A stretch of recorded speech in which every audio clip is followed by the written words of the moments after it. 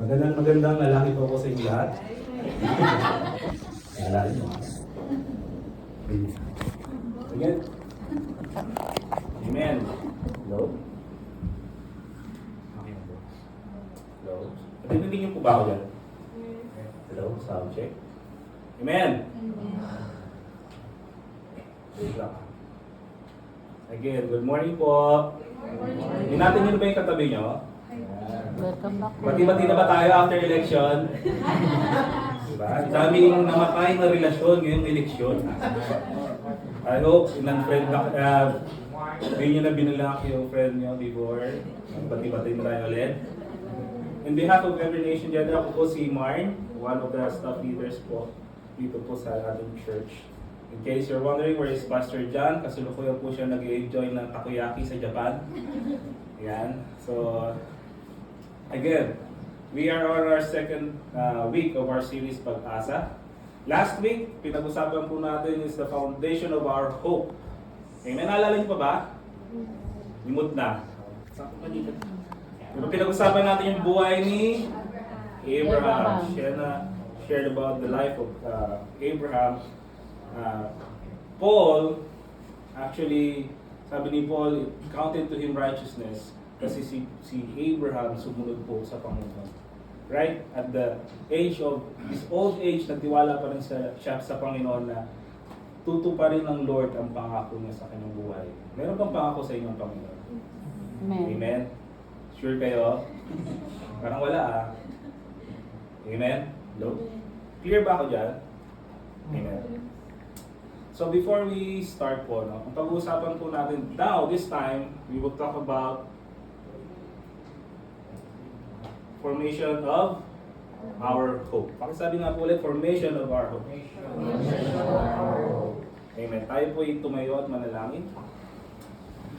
Shall we stand? Hallelujah. Heavenly Father, we come before your throne today, Lord God, with a grateful heart, Panginoon. Thank you for this day, for the gift of a new day, Panginoon, and the privilege, Lord God, that we come together as your people, Panginoon. I pray right now, Lord God, that as we open your word, Panginoon, as we study your word, Lord God, I pray, Lord God, that the Holy Spirit will speak to us, Panginoon. Open our minds, our hearts, Panginoon, Lord God, to receive your truth, Lord Jesus. Our hearts, Panginoon, our mind, Lord God, to understand your word, Panginoon. And Lord, we ask for your Holy Spirit to soften our spirit, Panginoon, Lord God, to be transformed by it, Panginoon. Lord, may the message of peace, hope, and reconciliation, Panginoon, through your Son, Jesus Christ, awaken a deeper love for you, Panginoon, O Diyos. Maraming pong salamat, Panginoon, as this is our prayer. In Jesus' name we pray. Amen. Shall we remain standing as we read the Word of God? Ha? Upo kayo agad eh. Ang init. Amen. Romans chapter 5 verse 1 to 5, sabay-sabay natin basahin. Therefore, okay, we have peace. Through him we have also obtained access by faith into his grace, which is that, and we rejoice in hope of the Glory of God.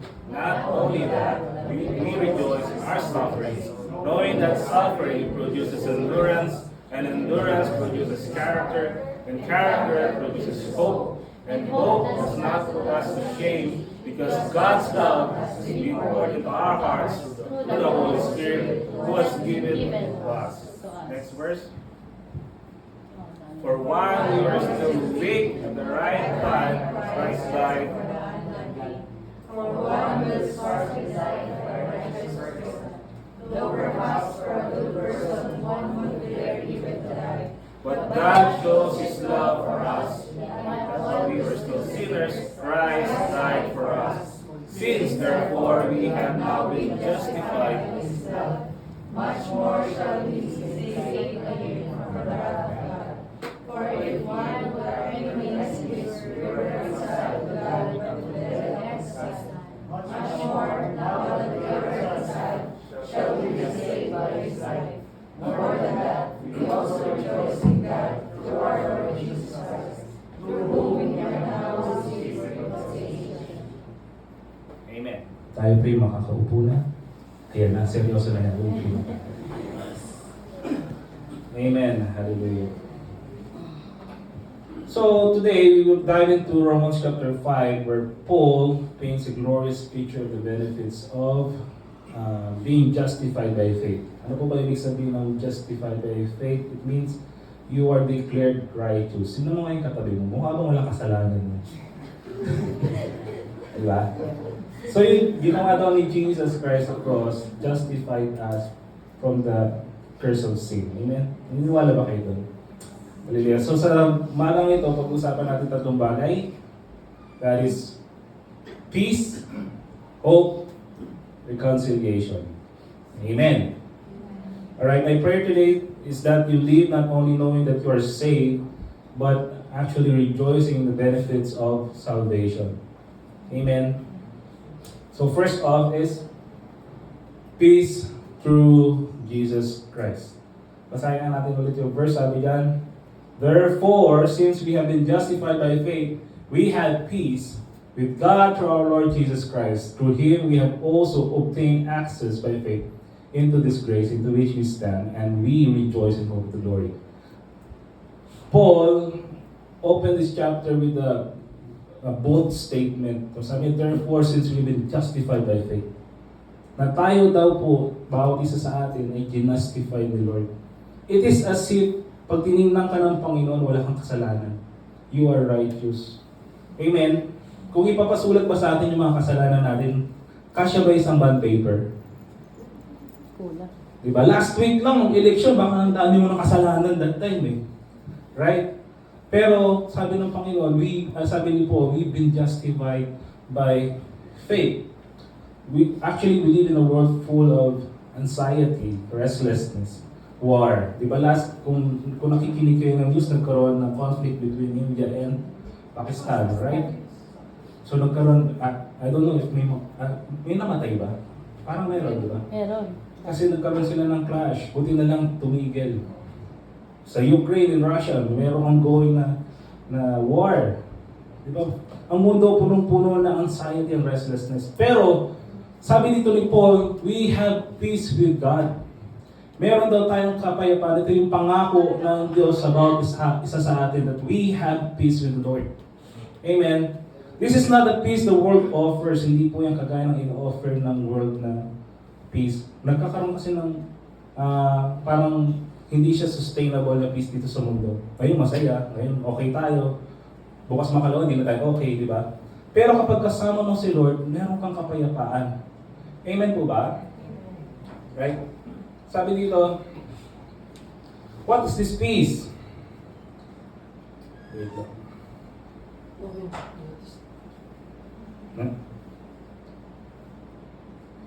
Sabi diyan, this peace is judicial. The verdict of your life is not guilty. Kung babasahin niyo po yung mga previous chapters ng Romans, bago po itong chapter 5, shinare po ni Paul yung status natin bilang isang makasalanan. Galit sa atin si Lord because of our sin. Amen? Tapos sabi dito, the verdict of your life now is not guilty. Before kasi nung tayo makasalanan, ang hatol sa atin ng Diyos ay guilty and we are going to hell. Tama po ba? O ay, sino ba rito gusto pumunta sa impyerno? Tulungan ko kayo ngayon. Diba? The judicial sabi, the verdict over your life is now not guilty because we have been justified by faith. Right? Next is relational. The war between you and God is over. Nung hindi mo pa tinatanggap si Jesus as your Lord and Savior, sino na susunod? Tayo, di ba? We make our own decision, right? Wala kang pakialam kung sinabi ng Panginoon, hindi ka dapat nagmumura. Wala kang pakialam, right? But nung tinanggap mo si Jesus as your Lord and Savior, you are now conscious, Lord, sorry po Panginoon, mali yung sinabi ko. Amen? Kung uminom ka, wagas. Di ba? Mas marami yung alak kaysa yung tubig. Nung hindi mo pa tinatanggap si Lord sa buhay natin. Tama po ba? Kung makapag-chismis ka, wagas. Yung balita bukas, ngayon mo bin-broadcast. Diba? We are always at war with God. Pero sinabi dito, because we have been justified by faith, ito yung kapayapaan na meron tayo that the war between you and God is over.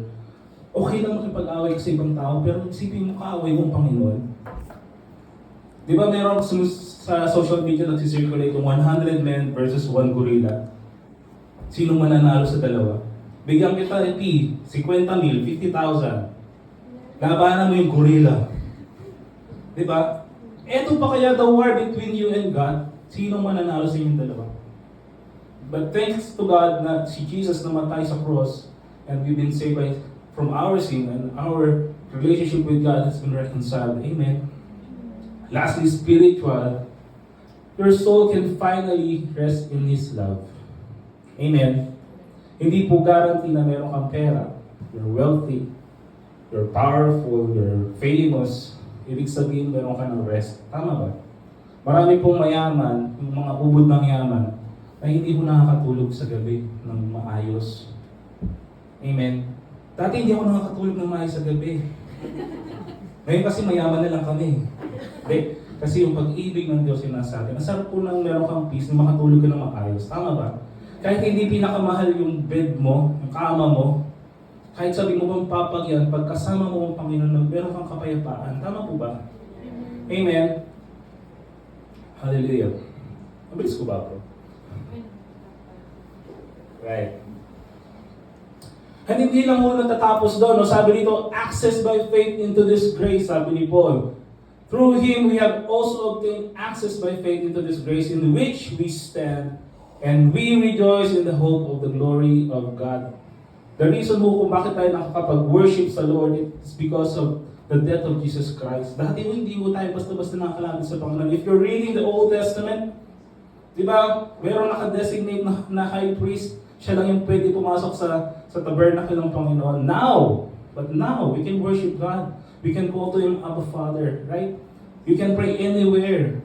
Bakit? Kasi we can access the grace of God. Tama po ba? Imagine niyo nung mag-worship kayo, lahat tayo dito may dala-dalang lamb. Tama ba? Ang mahal ng lamb. Di ba? Lalo na yung kulay black na lamb, mahal yun. But now we can worship God. Pwede tayong tumawag sa Lord anytime. Amen. And the hope of the glory of God, hindi ho yan yung wishful thinking na sana mangyari ito balang araw sa akin. That's not the hope that we're talking about. This is a biblical hope na alam mo na may gagawin ang Diyos sa buhay mo. Amen? Ang tanong, may pangako ba si Lord sa atin na pinanghahawakan? Diba? Ang hirap, minsan yung mga Kristiyano tagal na sa Lord pero walang sa uladong talata. Hello? Diba? Tagal mo na nag-church, wala ka na sa ulong talata. Hope of the glory of God. Dapat meron tayong pinanghawakang pangako ng Diyos. Amen? Baka ang alam nating verse, Jesus wept. Yung Lord, Jesus wept. Anything sa buhay ko, Lord, Jesus wept. Buti ka, umiyak ka din, Panginoon, iyak din ako, Lord. Diba? Next is hope through affliction. Pakiulit nga po. Hope through affliction. Amen. Meron mo ba sa inyo natutuwa kapag meron kayong problema? Sino dito nag-enjoy pag meron kayong problema? Taas niyo kamay nyo nga. Yung sinabihan ng boss mo na wala tayong sweldo this month. Thank you Lord, wala kaming sweldo, di ako kakain this month. Lalo na ako, di ba? 1 month, di ako kakain. Hope through affliction, sinabi ni Paul is very shocking. Diba? Hope through affliction, sabi dito. Now that not only that, but we rejoice, sabi pa nga ni Paul, rejoice in our sufferings. Yung hating gabi tumatawag sa'yo galing sa Pilipinas, nakakaba yun, di ba? Biglang may tatawag sa'yo galing sa Pilipinas, hating gabi. Si ganito, may nangyari. Sabi niya, rejoice in affliction. Yung isang araw, mamulat ka na lang, wala na yung savings mo. How will you rejoice? Tama ba? Mabalitaan mo yung anak mo, marinig mo yung anak mo na may sakit. How will you rejoice? Sabihin sa'yo ng boss mo na wala ka ng trabaho next month. How will you rejoice? Amen ba? Yung benefits mo hindi binigay. Parang ako. 12 years, how will you rejoice? Amen. Pero dapat ba tayo mag-rejoice? Sabi dito, rejoice in affliction. Yes. Sino lang yung nakakapag-rejoice during affliction? yung mga tao na naniwala at alam na may ginagawa ito sa buhay nila. Tingnan mo ngayon sa katabi mo, may ginawa ba sa'yo si Lord? Diba? Mukha bang may ginawa si Lord sa buhay niya? Right? So why? Sabi niyan, affliction produces endurance. Endurance means spiritual stamina. Kung nakapanood na kayo ng marathon, hindi yan yung sprint, mabilisan ng takbo. Bakit? Kasi pag sinabi mong marathon, ang layo ng tinatakbo. Right? Kapag sa una pa lang tumakbo ka na ng mabilis, sigurado yun, hindi ka makakatapos ng race mo. It produces endurance hanggang saan mo pagtitiwalaan ng Panginoon. Amen? Remember Hope? Grabe yung nangyari kay Job, no? This Steve Jobs na si Hope sa Bible. Right? Sabi ni Paul, affliction produces endurance, endurance produces proven character. Kapag meron tayong pagsubok, ano yung lumalabas sa atin? Paano tayo nagre-react? Amen? Di ba kapag meron kang orange, pag piniga mo anong meron? Ano lumalabas? Mali. Cut nyo muna yung orange. Saka nyo ibigain. Di ba?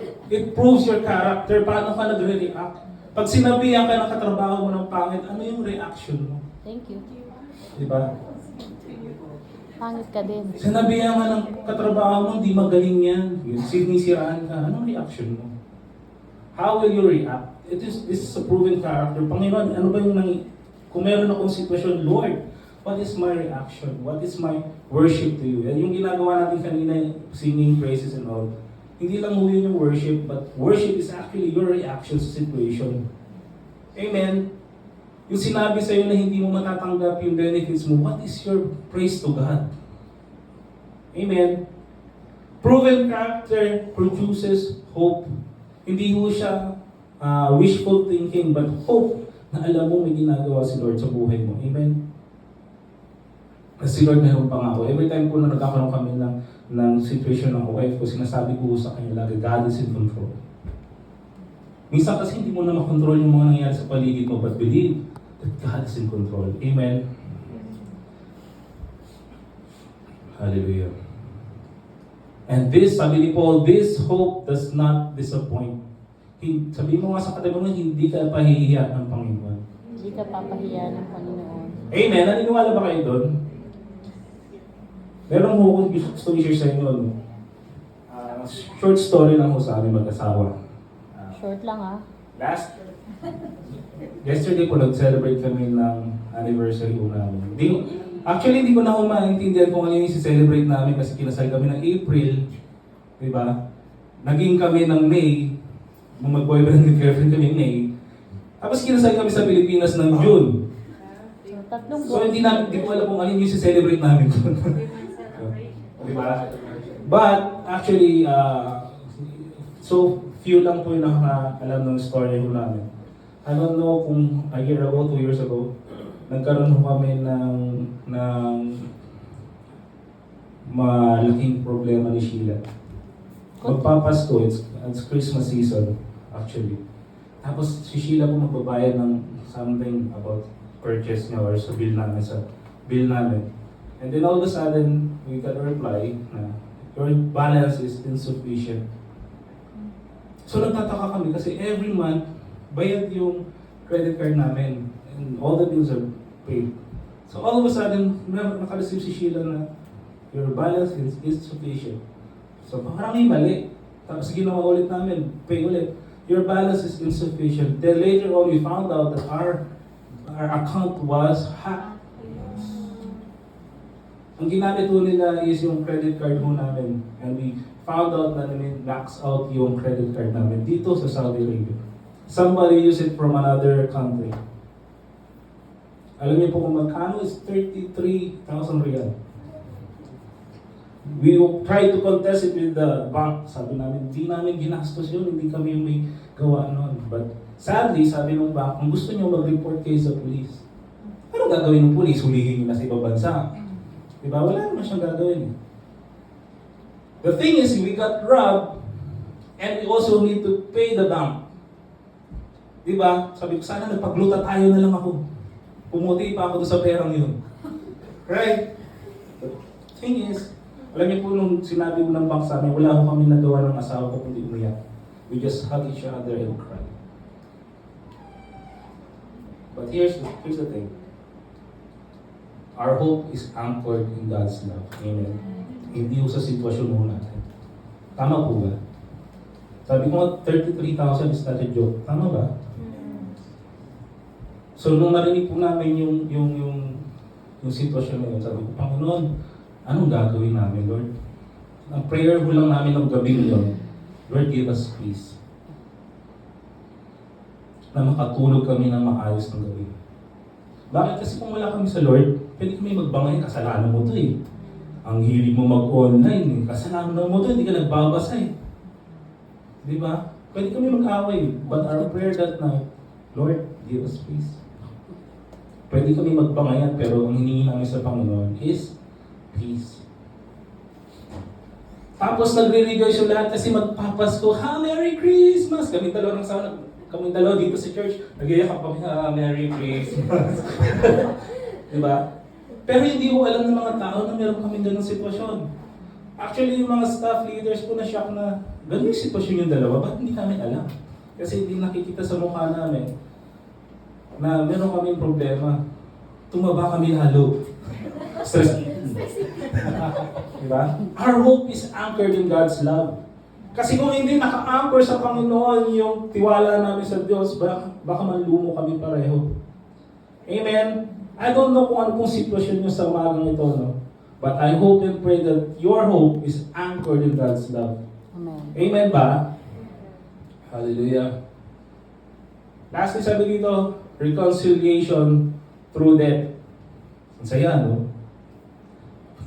Reconciliation through death. Ano sabi po ni Paul? For while we were still weak, at the right time Christ died for the ungodly. For one would scarcely die for a righteous person, though perhaps for a good person one would dare even to die. But God shows His love for us in that while we were still sinners, Christ died for us. Since therefore we have been justified by His blood, much more shall we be saved by Him from the wrath of God. For if, while we were sinners, we were reconciled to God by the death of His Son, much more, now that we are reconciled, shall we be saved by His life. Grabe yung description ni Paul sa atin, no? We are weak, we are ungodly, we are sinners, we are enemies of God. Ito po yung name tag natin lahat. Helpless. You are helpless, you are ungodly, you are a sinner, you are an enemy of God. Ito yung name tag natin nung hindi pa tayo nagkakaroon ng relationship with Lord. Diba? Kaaway natin si Lord lagi. Hindi mo hinintay ng Panginoon na ikaw at ako ay maging malinis, diba? Maging mabuti, maging righteous before who siya namatay sa cross. Tama ba? Ano sabi sa verse? But God shows His love for us that while we were still sinners, Christ died for us. Hindi mo hinintay ng Diyos na maging righteous ka. Jesus Christ died for our sins. Amen. Ang sabi nga ni Paul doon, bihira ho siguro yung mag-aali ng buhay sa isang tao. Ang dali ho magsabi ng mahal kita. Ay, di ka kasali. Single pa to eh. Diba? Ang dali magsabi, bibigay ko sa iyo ang langit. Uwe, lupa, paso. Diba? Amen? Mas madaling mag-offer ng something to a person that you really love. Tama ba? Pag mahal mo isang tao, kaya mong gawin lahat ng bagay. Mga lalaki. Right? Agree? Pag sinabi ng asawa mo, check out to. Check out! Mahal mo eh. Di ba? Wala ka nung magagawa. Nasa kanya din naman eh. Nasa kanya yung budget eh. Check out mo. Di ba? Kasi mahal mo eh. But someone na enemy mo, gawan mo na mabuti, kaya. Yung kinaiinisan mo, gawan mo ng mabuti, kaya natin. Diba? Ang hirap nun. Lalo pa kay Lord, enemy tayo ng Panginoon, and yet, He died for our sins. Amen? Gets nyo, church? Anong resulta ng ginawa ni Jesus Christ sa cross? we are reconciled with Him. Amen. Yung relationship natin ulit, inayos ng Panginoon. Tama po ba? Masarap po ba maging saved? Masaya ba kayo at niligtas tayo ng Panginoon? Amen. Minsan nakakatakot umatin ng revival mamaya magkaroon ng rapture, maiwan ka dun. Diba? Makakala mo, oh, save ako. Dali mo mag-profess that you are saved. But if you're not living in that faith, kung hindi mo pinamumuhay yung pananampalataya mo, para ka lang si Judas. Kasama ni Lord, pero wala talaga yung heart niya sa Panginoon. Amen. Sayang, kasi ang tagal mo nang umaatin. Sayang, kung hindi tayo magpupursige sa Panginoon. We are reconciled with God. Pakaingatan natin yung relationship natin sa Panginoon. Amen. Tama po ba? So our conclusion, no? Patapos na po ako. Kaya iba masaya kapag ako yung preach kasi aga natin uri. Especially kung meron ditong ibang lahi. Diba kasi yung English nagrambulo sa utak ko.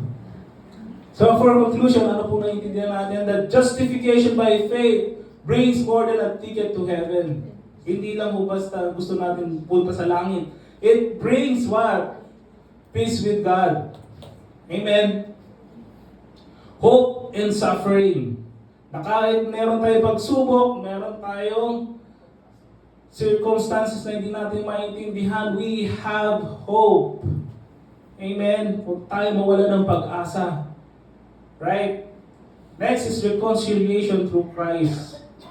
Na tayo ay meron ng ulit relasyon sa Panginoon. So what is our response?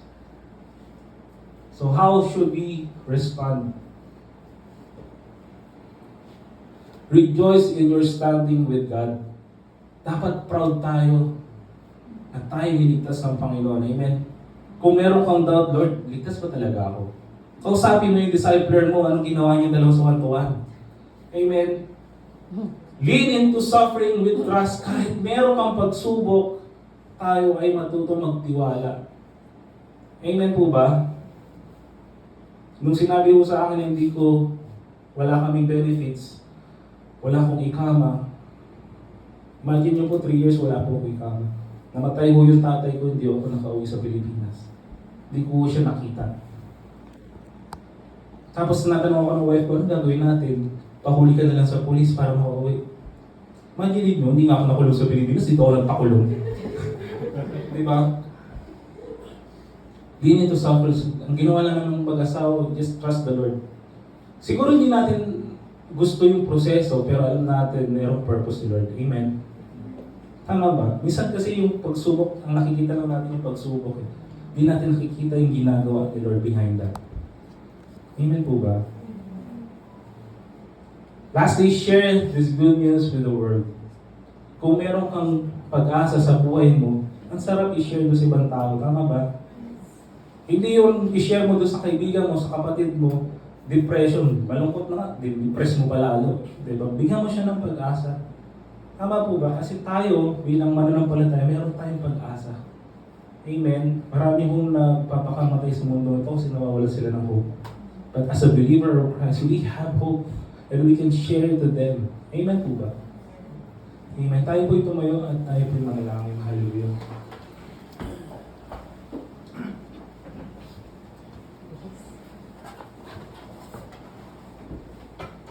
Give you praise for God. We thank you for your love and grace, Panginoon. Maging po, Lord God, as we leave, Lord, we thank you for giving us hope, Panginoon, for the peace that we have, Lord.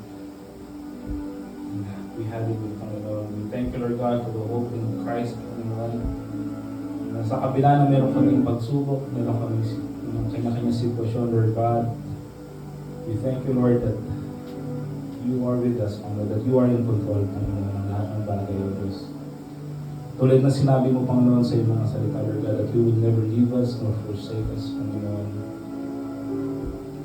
Kami po, O Diyos, ipagpuloy na nagtitiwala sa inyo, O Diyos. Maraming po salamat, Panginoon, and as we leave, Panginoon, Lord, paunin namin ang pag-ibig mo, O Diyos. Seryohan niyo po ang masalita mo na aming narinig. We pray, Lord God, that you will grow, Panginoon, sa buhay po namin, Lord Jesus.